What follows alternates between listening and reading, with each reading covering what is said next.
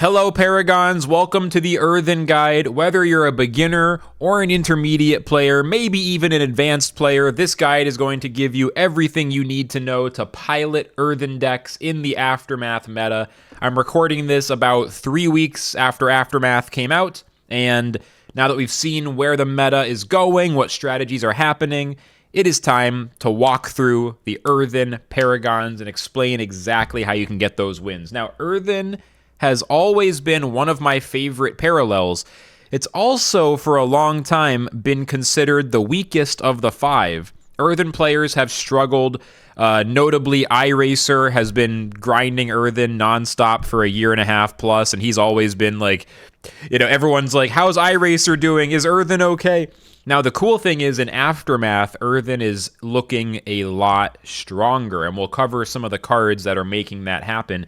Even before Aftermath dropped, at the end of Planetfall, the previous set, we saw some interesting developments with buffs to a few key cards, notably Altar of Gaia. So we're going to go over a bunch of this stuff. We're going to go over the Paragons, the key cards, show some deck lists for all three Paragons. That's right, Shoshannah and Gaffar, not just Nehemiah. And if anyone has questions while we're recording this live, you guys can ask them in the chat. If you're watching on YouTube, we'll have lots of information in the description, the deck list links and stuff like that. And yeah, let's get right into it. So, how to play Earthen in Aftermath. The Earthen Parallel offers a lot of exciting options for players who like big stat lines, big heals, and the ability to take a defense-oriented approach to the game. Earthen decks tend to fall into the mid-range category, at least I'd argue that, being that they're less aggressive than Markolian and some of the Shroud decks, but, not Shroud. Less aggressive than Markolian and Cathari decks, but not quite as controlling as Shroud or Augencore lists. And by the way, if you need a primer on Cathari, that video dropped last week, and the other three classes coming soon. We're going to do a guide for all five of them, so Earthen is right in the middle with the mid-range strategy is what I'm trying to say. While Nehemiah tends to see the most play among Earthen players, there have been interesting developments. Gaffar was actually crushing in a few tournaments right towards the end of Planetfall, and even Shoshannah lately is seeing some interesting tech. At the start of Aftermath, with Cathy decks being a bit overpowered, the nerfs coming in a few days, Shoshannah has popped up as an interesting potential counter to that strategy, so Shoshannah is not to be slept on. You never know, that could actually really pop off. And of course, we are seeing really strong Nehemiah decks, this Paragon, who is by far the most popular of the three Earthen Paragons. In today's meta snapshot, we're going to review two aspects of Earthen: high-end Nehemiah lists and early experimental Shoshannah lists that are popping up in the Aftermath ranked ladder, and then we're also going to turn an eye towards tournament play where Gaffar tends to perform best. This information will be an excellent starting point for anybody who wants to explore the Earthen playstyle. Personally, I think Earthen is going to absolutely slap, baby, as soon as Aftermath's meta really gets cooking once we get this balance patch for Cathy. Even, I will say, when Cathy has been kind of running amok, terrorizing everybody, at least for me, Earthen has been the toughest thing to deal with. It's been the closest thing to a Cathy counter, so it's already showing some signs of strength. Now, to start out, let's review each Earthen Paragon, and let's look at the specific playstyle. So, Nehemiah, she is a 7/7 defender for 4, which is already just insane. Technically, she's a 0/7, and then her effect gives her 7 attack. So, the effect when she's on the board is that friendly units with defender deal damage equal to their current health instead of attack. So basically your attack is the same as your health for your defender units when she is in play as a unit. Even when she's not in play, she has the passive, which is very, very important. After the first friendly unit with defender is destroyed each turn, target friendly unit gains defender. So when one of your defender units gets destroyed, you can pick another friendly unit to gain defender. In case anyone's a beginner who doesn't quite understand how defender works, in parallel, your units get to choose who they attack. You drag your unit onto a target and it attacks that unit. But if a unit has defender, that unit can take away that attack and block it by defending. So if you try to attack a 2 health unit with your 3 attack creature, but your opponent has a 4 health defender, that 4 health defender could block it. And if the opponent has multiple defenders, it's really hard to get through that because they can block with one defender, then block with another one. They can stop you from killing anything. They can have your units just getting hit in all the wrong ways. So multiple defenders is very strong. And in general, for Nehemiah and Earthen decks in general, having multiple defenders tends to be a win condition. It gets you very close to winning. So Nehemiah, definitely the most popular Earthen Paragon. Moving on to Shoshannah. Now, she's really interesting. Her passive ability is that you start the game with 40 health. This is the only way in Parallel to have above 30 health. No other class, no other Paragon can do this. It's just Shoshannah. So that's already really interesting. And then on top of that, for 9 mana, if you play her, she'll reset your health to 30. So you could be down to 1 health and just heal back to 30. The 40 starting health is very, very interesting. A lot simpler than Nehemiah to explain for sure. Now, Gaffar uses the pacifist mechanic. No. If a card has pacifist, it cannot attack. It can defend, but it can't attack. Now, his passive is the main thing to keep in mind here. So after any unit on the board gains pacifist, all of your friendly units get buffed +1/+1. So what Gaffar decks tend to do is they tend to go wide, and they tend to try to give pacifist to things to then buff all the units. So if you have a bunch of little 1/1 tokens, little 1-drops and stuff, you can buff all of them by putting pacifist on your opponent's best creature, and now that creature can no longer attack. So Gaffar has a really interesting pattern of play. He hasn't quite gotten popular on the ladder yet, but as I've said, he's been a very interesting selection in some tournament lineups and has been successful in tournament play. So it's only a matter of time before we see what people want to do with him in the Aftermath meta. Now we're going to go over a bunch of deck lists, but first let's review a ton of the key cards that we are going to see again and again as we look at these deck lists. So I'm going to use Paralink to look up these cards, make it nice and easy. And first up, the 1-drop that everyone gets annoyed by. Steward of the Garden, 0 attack, 3 health, 1 energy. At the start of your turn, gain 1 energy. So as long as Steward of the Garden is on the board, you get extra energy of 1 every turn. And if you have multiple of these on the board, you are able to stack that. So you can have +2 energy, +3. So this lets you ramp your energy in the early game. And this is probably the strongest ramp for energy, the strongest energy booster in the game. The only other card that's maybe close is Take It or Leave It, the new kind of coin style card from Aftermath. You put 3 Stewards of the Garden in every single Earthen deck you ever build with no exceptions, and that's probably going to be the case for a long time. This is one of the key cards that makes Earthen what it is. What's up, Legit? Good timing. We're doing the Earthen guide. Earthen players in the chat. So that is one of the most important Earthen cards. We're going to go through these in no particular order. There's a bunch of cards I wanted to cover. So Aurora Fungi, a 2 energy upgrade that gives the upgraded unit +2 attack and +3 health. This is really, really good because Earthen has a lot of low attack, high health units, especially its 1-drops. The Steward of the Garden, as we looked at, as well as Grove Guardian, who is a 0/4. So if you put this on a Grove Guardian, it becomes a 2/7, which is crazy. So Fungi is arguably the best Earthen 2-drop. A lot of times you want to play this instead of playing a 2-mana unit. You just buff up your 1-mana unit. And then if you're able to give it Defender, maybe you play Nehemiah, then the health counts as the attack as well. You can start to get into some really sick synergies. This is a very, very nice upgrade. Gets played in a lot of decks. Most Earthen decks run that card. Maybe the most iconic Earthen card is Virulent Spores. It is a 3 energy effect that just says all units gain decay. Now, if you've played for a little while, you know what this is, but for those who don't know, let me just briefly explain Decay. The way Decay works, if a unit has Decay at the start of that player's turn, it takes 1 damage, and it does 1 damage to adjacent units that are next to it.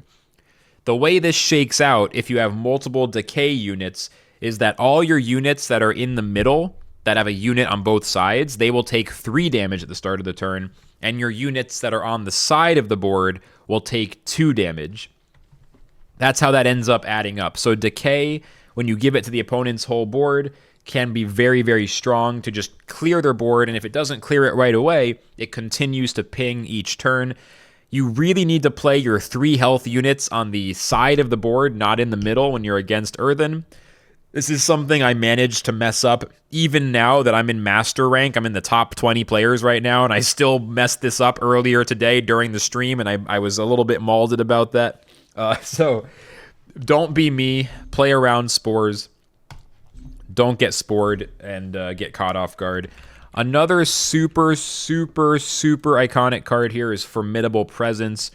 This one lets you take 3 cards out of your bank and turn them into 2/2 battle-ready defender units that cannot be damaged or destroyed.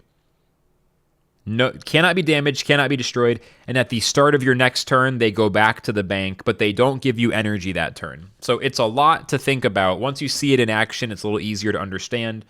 If you haven't seen it yet, once you play it, you'll start to get it. But basically, when these are on the board, the opponent cannot do anything with their units. They can't hit any of your other units. They can't hit face. The only way they can get around that is if they have units with evasive, which lets it avoid defenders, ignore defender. So especially if you're against Lemmy, that has a lot of evasive, or some other Marco decks. But for the most part, Formidable is super, super, super strong at slowing down the game, defending you on the board. And by the way, that's 6 damage of battle ready as well. So you could put that all at the opponent's face and potentially get lethal. Or you can clear out a unit or multiple units.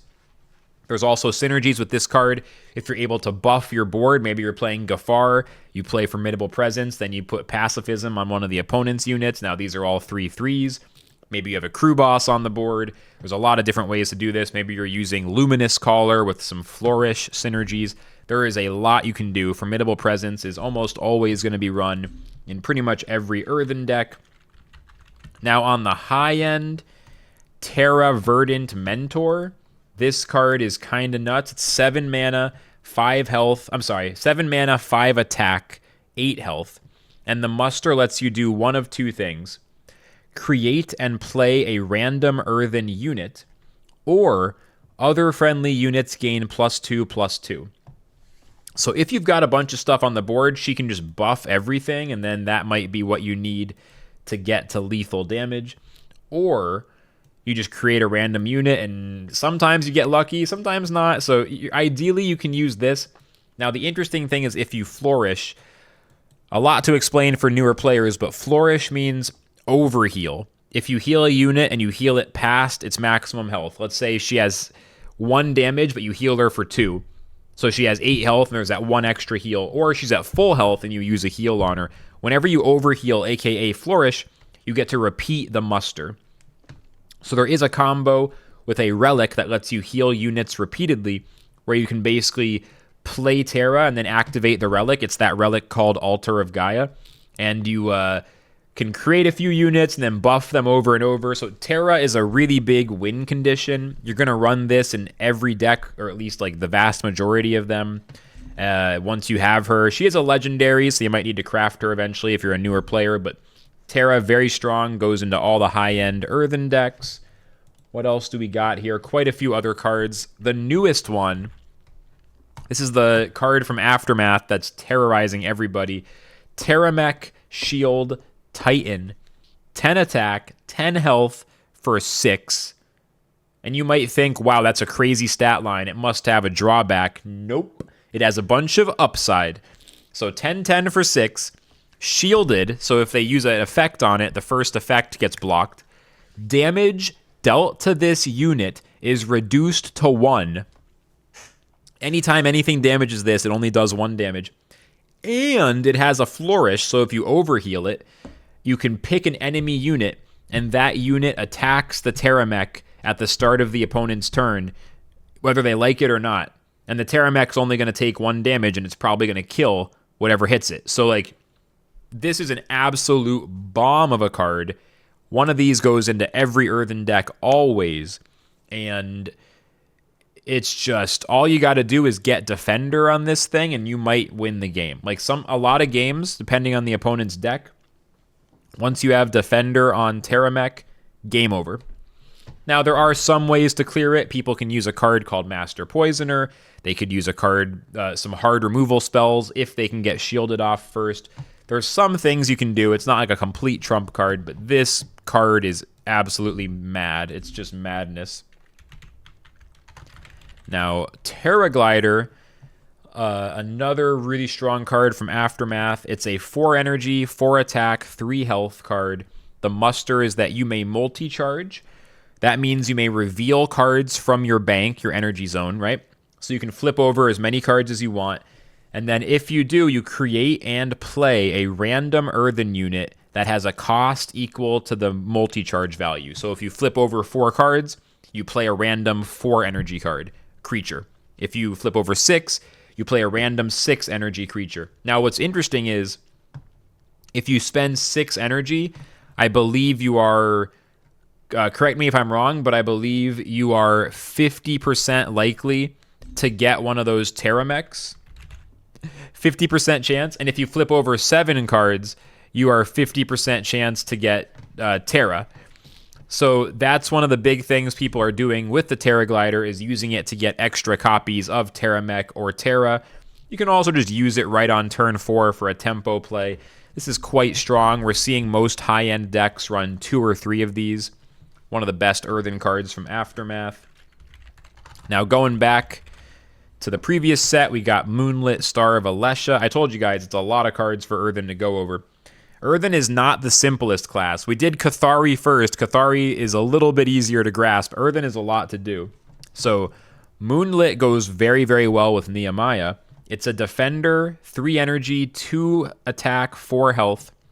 When you play it, it heals any target for 2.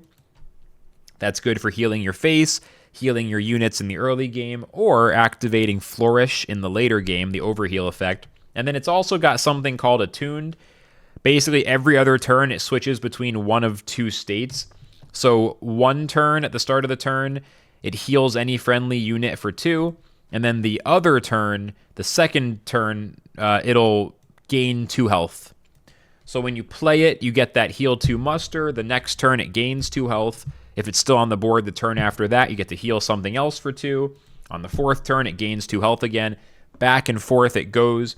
And because this is able to get to a high health total, it goes very well with Nehemiah's effect, where when she is on the board, creatures deal damage equal to their health. So if this has 6 or even 8 health, it's also going to be dealing 6 or 8 damage as long as Nehemiah, the unit, is on the board.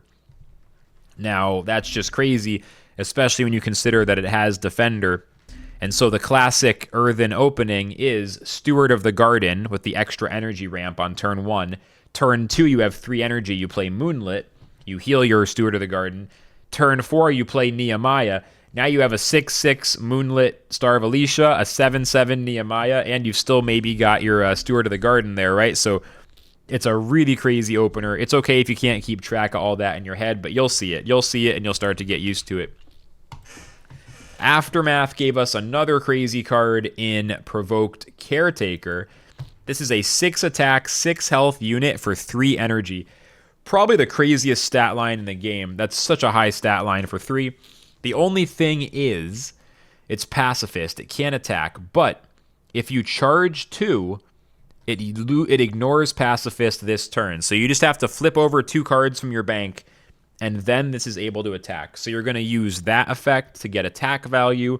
You're also going to try to use Nehemiah's ability to put Defender on the Caretaker, or you can use a card called Hold the Line, which also adds Defender to characters. This is a very powerful card with a lot of strong synergies, and I'm just honestly scratching the surface. Also a card called Allocated Provisions, which is worth mentioning. So a lot of these cards are flipping over cards in your bank. And once the card is flipped over, you can't use it for a charge anymore. It has to be concealed face down in order to charge. So what if you run out of stuff to flip up? Well, that's where allocated provisions comes in. So a 1 mana relic just sits on the board, no stats, just a relic. And whenever you activate this, you can conceal one of your revealed cards. And then you also, as a bonus, shuffle a random supply cache into your deck, which is basically a little bonus card that gives you some extra value if you draw it. So allocated provisions lets you constantly take all those charged cards and flip them back face down so you can continue to get more charge value. This is being played in a lot of Earthen decks. Probably most Earthen decks you'll see at high ranks right now are also running this. Although it's worth mentioning, this is actually a universal relic, so it can be run in other classes as well. And yeah, there's a lot more cards that we could review. What do you mean? Wait, defenders only? Have you talked about managing your charge system? That's what I was literally just saying that. I am literally saying that right now as you asked, sir. Maybe you have a little bit of lag. That's what I was discussing when you said it. Yeah, maybe Booty has a little bit of lag. Yeah, we are discussing it in real time. That's exactly what this card has done. So you charge stuff, and then this flips it back over.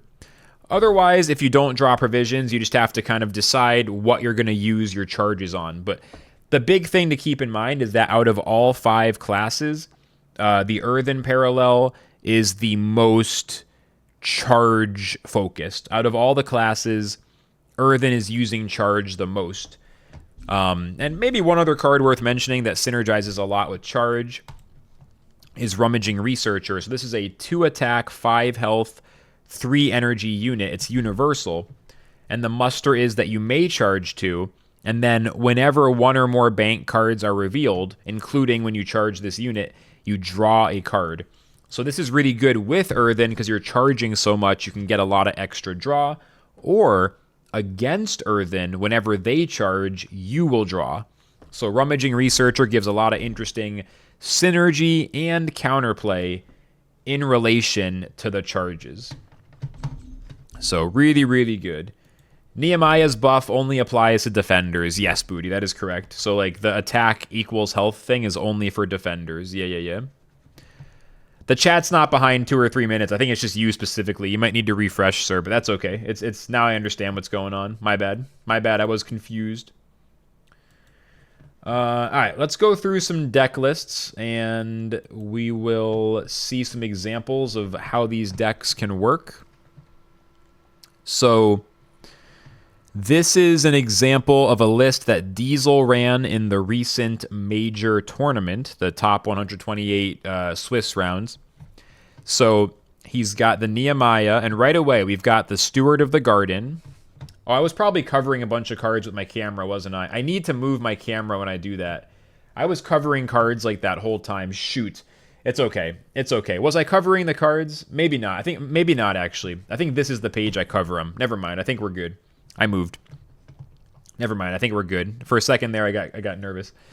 So, Steward of the Garden is in there. We got 3 copies of that.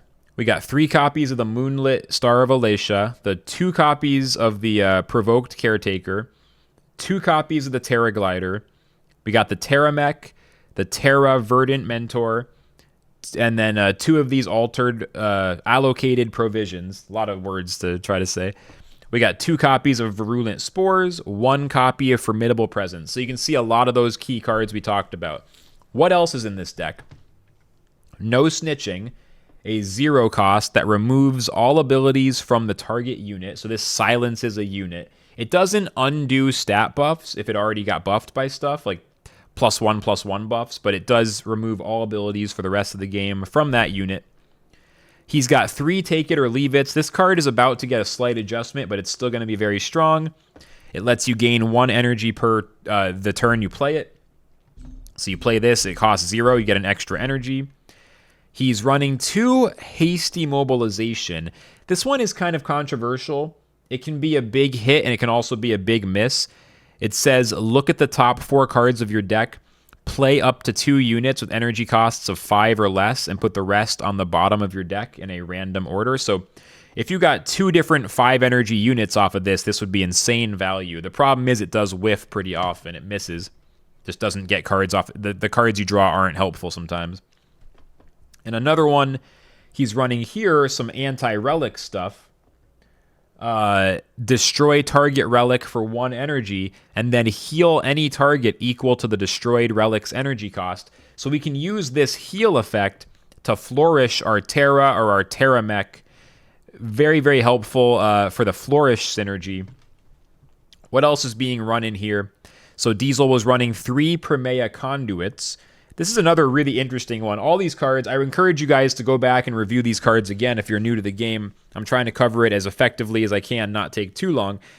This is a shielded defender unit that spends all of your remaining energy, and it gets +1/+1 per energy spent. So if you spend 1, that's just the cost of it, and it's just a 1/1. If you spend 2, it's a 2/2. If you spend 5, it's a 5/5. So this card is interesting because it is very flexible, and you see a lot of just different ways to play it. Plus, you need to get defenders on the board when you play Nehemiah. Yeah, Gas, the matchmaking is pretty slow right now. Not sure what's going on there. Welcome in, welcome in. What else is he running? He's got the Hearth. He's got Armored Support Vehicle. This is pretty good in Nehemiah. It's 1/4 for 2, and it's a defender. And it's also got a charge effect, so there's a lot going on. This card can be really good in Nehemiah decks, because one of the things with Nehemiah, you need to get defender on the board early. That way, when your defenders get destroyed, you can move the defender to a new unit. You can use Nehemiah's passive, and you can put defender on another unit. So this is a good way to do that. And the charge effect also lets you add shielded to other units, which can be quite helpful. If you can put shielded on Nehemiah, it's a good way to defend against no snitching and other forms of removal and like other Nehemiah answers. Astel's Glaive is in this one. Very strong universal deck. It's got a good stat line. If we can put defender on the Glaive, that can be very powerful. We've got Solea. This is another complicated card to explain, but long story short, if you don't attack during your turn, then at the end of your turn, Solea gives you a free attack, and the unit that attacks gains armed. You can look at this a little closer on your own time. I'm going to try not to over-explain too many things or it'll be overwhelming, but this is a very strong card.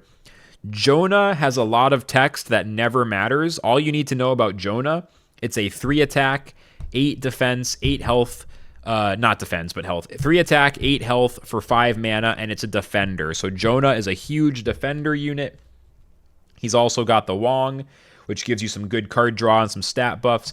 So what he's doing here is he's basically playing he's playing the minimum amount of early game to get things started.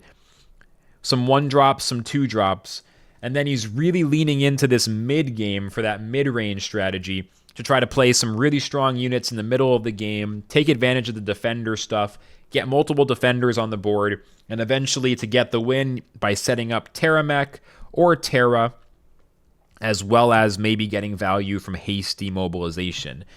Altar of Gaia is another card that kind of needs to be explained. So this relic lets you heal units over and over. So whenever your units take damage, Altar of Gaia gets counters, and then you can remove counters to heal units. So this is how you can activate your Flourish abilities over and over on stuff like Terra Mech or Terra. And so the Altar of Gaia, a lot of decks will run 1 or maybe 2, and that can be a really nice card that can help you really burst out those win conditions by not just playing Terra or Terra Mech, but by also getting multiple flourishes and just really taking over the board. Now, interestingly, Diesel was running a Cape of Shar Mahal. This is an interesting one we don't see very often. If upgraded unit would be destroyed, fully heal it and destroy this upgrade instead. Actually not sure the reasoning behind that one, but it's interesting to see it since Diesel is a very high-level player. Maybe he was using that for some synergy with Terra Mech. Not 100% sure there. But that's a very good standard example of a Nehemiah list. It's a lot harder to explain the Earthen lists quickly and succinctly compared to Cathari. Earthen decks tend to be quite complicated. We can briefly look at Perp's list from the same tournament. Perp is known for running some creative deck lists.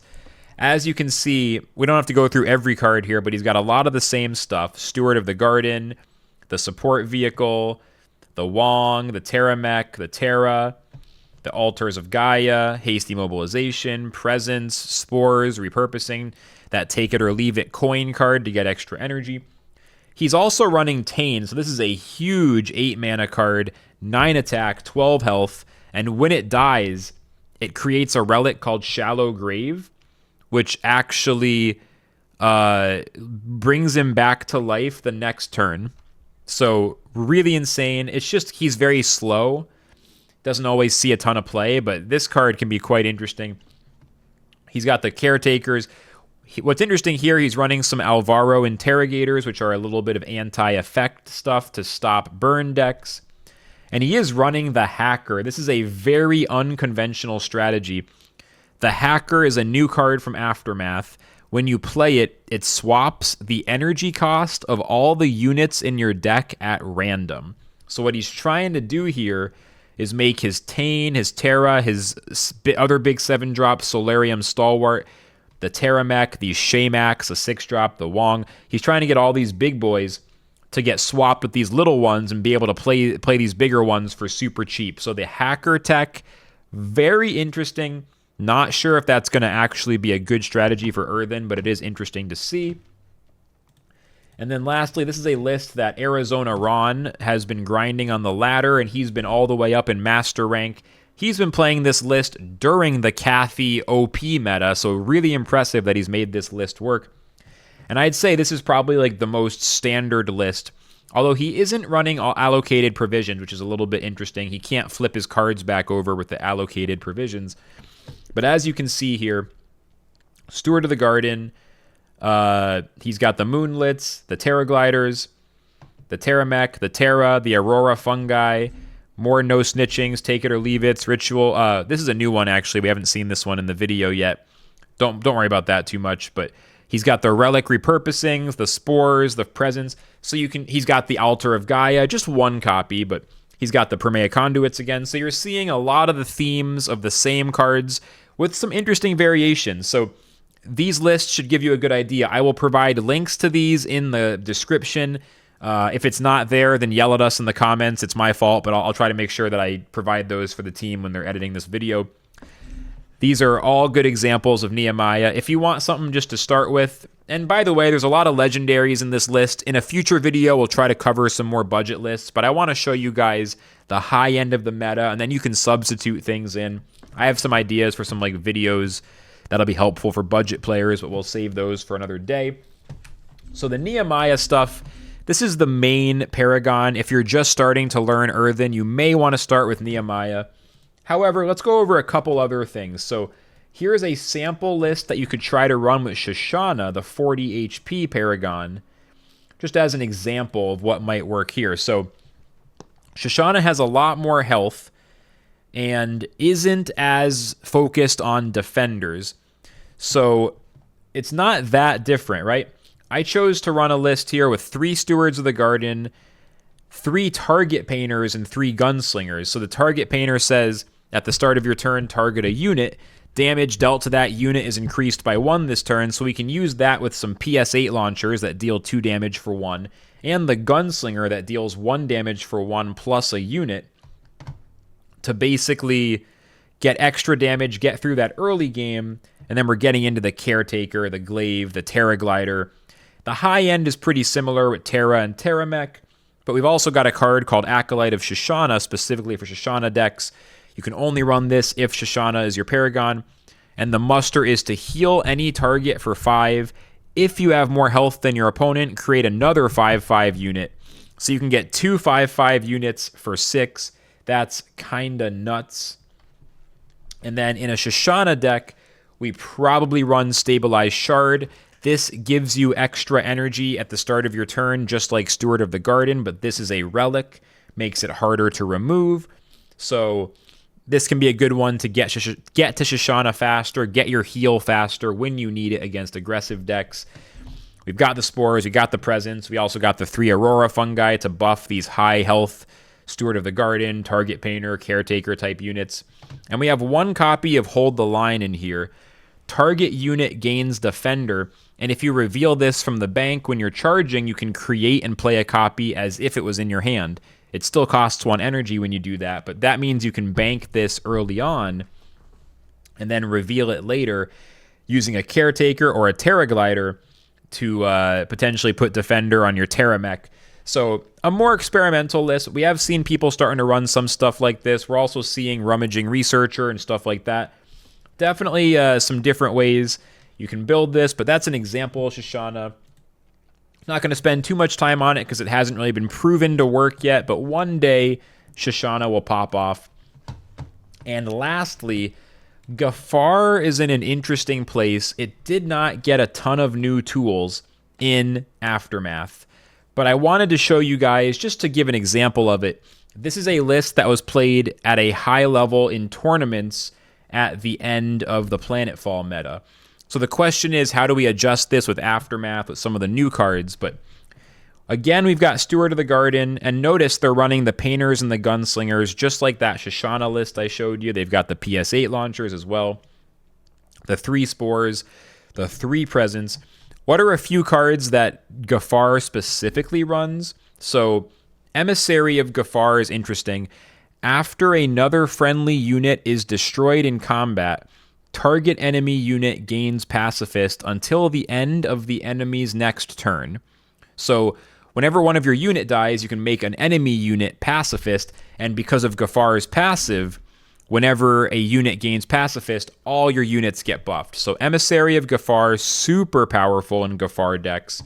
We've also got Gaffar's Peace Pipe, which at the start of each player's turn puts Pacifist on 1 unit of that player for 6 turns in a row.